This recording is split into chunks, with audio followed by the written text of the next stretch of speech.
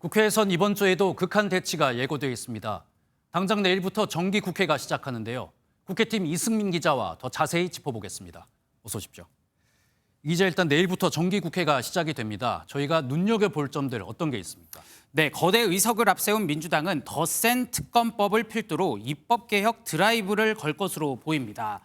더 센 특검법 개정안은 현재 운영 중인 3대 특검의 수사 인력을 확충하고 기간도 연장하는 게 핵심입니다.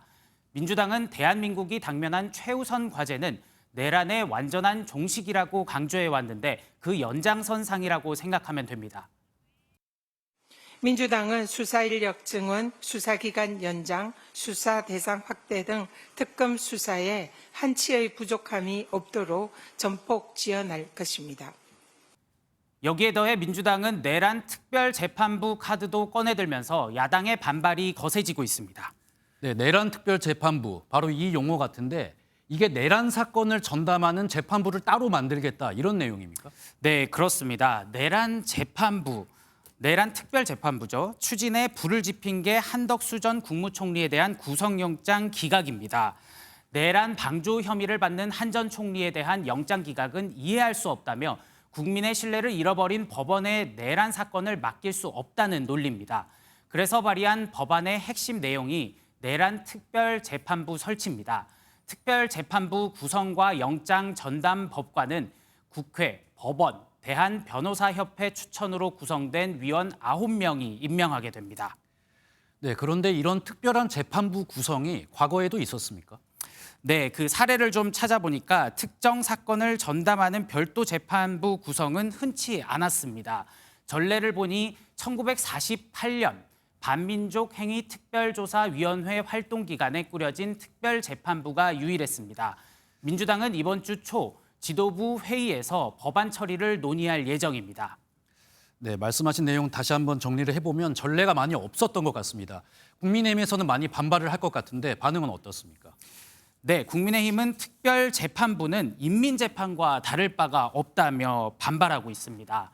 수사가 마음에 들지 않는다고 특검을 도입하더니 판결이 마음에 들지 않는다고 법원까지 바꾸기로 한다는 겁니다.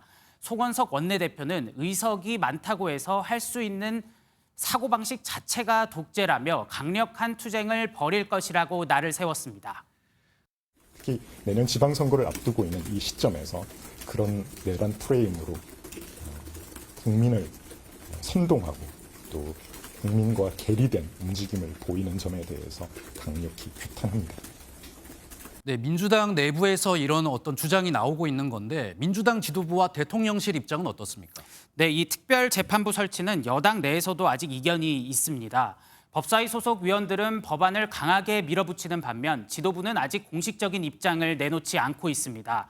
한 민주당 의원은 강성 지지층 요구를 거부하기 어려운 측면이 있다고 전했는데요. 하지만 당이 지나치게 강성 일변도로 나갈 경우 야당의 독주 프레임에 걸려들 수 있다는 우려가 나오는 것도 사실입니다.